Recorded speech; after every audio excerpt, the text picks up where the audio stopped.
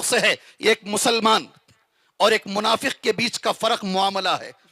اللہ کے نبی نے یہ نہیں کہا مسلمان اور منافق کے بیچ میں زکوٰۃ فرق ہے، نہیں ہے. اللہ کے نبی نے کہا منافق امانت میں خیانت کرتا ہے، مومن نہیں کرتا.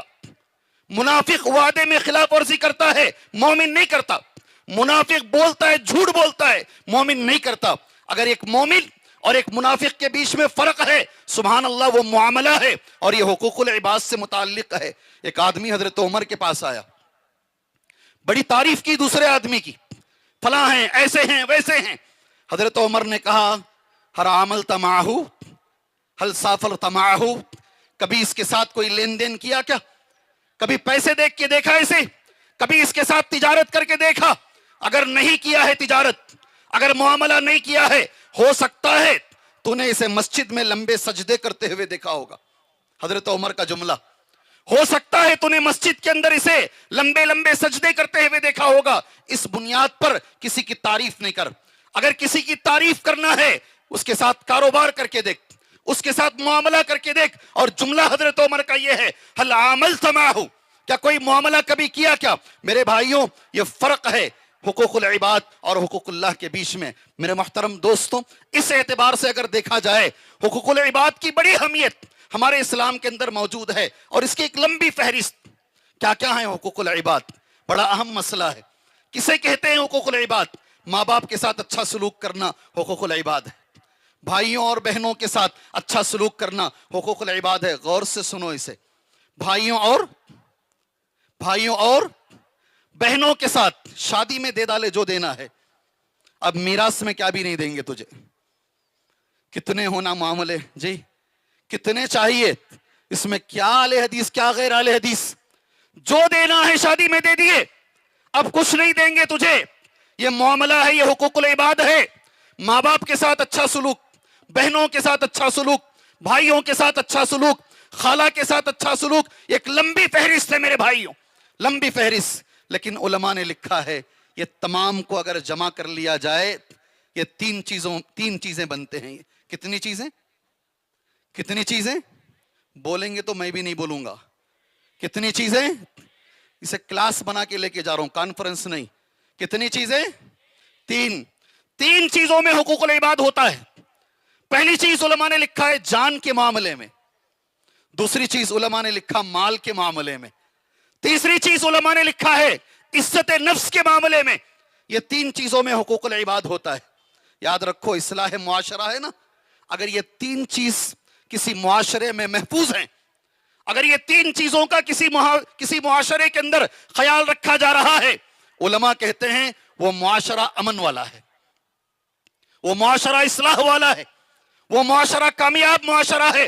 اسی لیے مجھے یہ عنوان دیا گیا ہے اگر کسی بھی معاشرے کے اندر جان محفوظ ہے، مال محفوظ ہے، آدمی کی عزت محفوظ ہے، سمجھ لو معاشرہ محفوظ ہے. سبحان اللہ.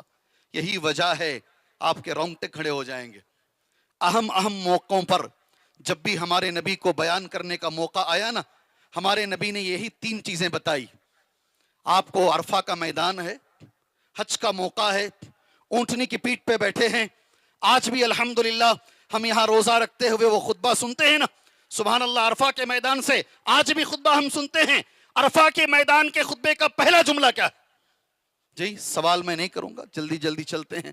جو وقت مجھے دیا گیا ہے انشاءاللہ اس وقت پر اپنی بات کو ختم کرتے ہیں. عرفہ کے میدان کے خطبے کا پہلا جملہ ان دماءکم، یہ نبی کا خطبہ پڑھ رہا ہوں، ان دماءکم، اللہ اکبر، واموالکم واعراضکم حرام علیکم کحرمت یومکم ھذا فی شہرکم ھذا فی بلدکم ھذا. کتنی بڑی بات ہے میرے بھائیوں. ان دماءکم، تمہارا خون، واموالکم، تمہارا مال، واعراضکم، تمہاری عزتیں ایک دوسرے پر ایسے ہی حرام ہیں، ایسے ہی حرمت والی ہیں جیسے عرفہ کے دن کی حرمت ہے. اللہ اکبر. جیسے ذی الحجہ کے مہینے کی حرمت ہے، جیسے اللہ کے نبی نے کہا اس شہر مکہ کی حرمت ہے، اس سے زیادہ حرمت ایک مسلمان کی دوسرے مسلمان کی عزت کی ہے. اللہ ہمیں ان کی عزتوں کی حفاظت کی توفیق عطا فرمائے.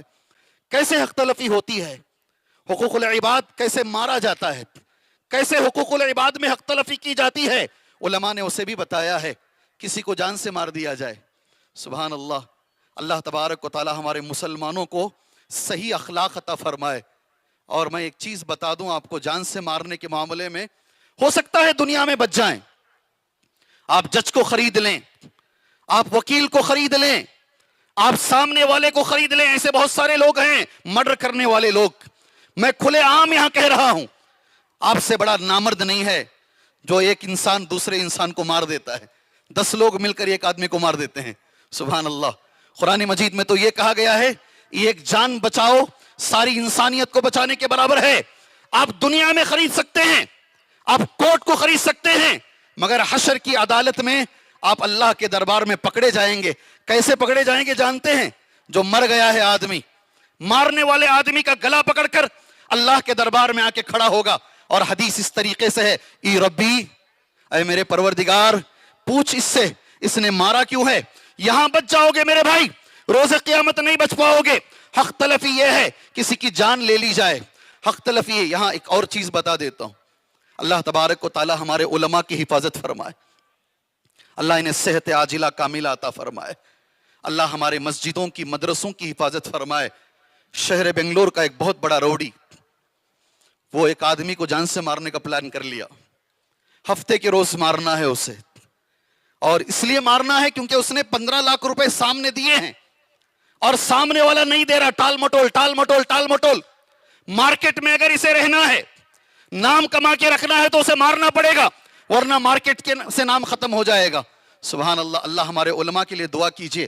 وہ آدمی مجھ سے مل کر کہتا ہے, مولوی صاحب معلوم نہیں تم لوگاں کیا جمعہ سمجھ کو دیتی, ہمارے زندگیاں بدل جاتی. یہی جملے اس کے, ہمارے زندگیاں بدل جاتے ہیں. سبحان اللہ. مسجد ابو بکر اہل حدیث مسجد, اس میں وہ آدمی جمعہ پڑھنے کے لیے آ رہا ہے.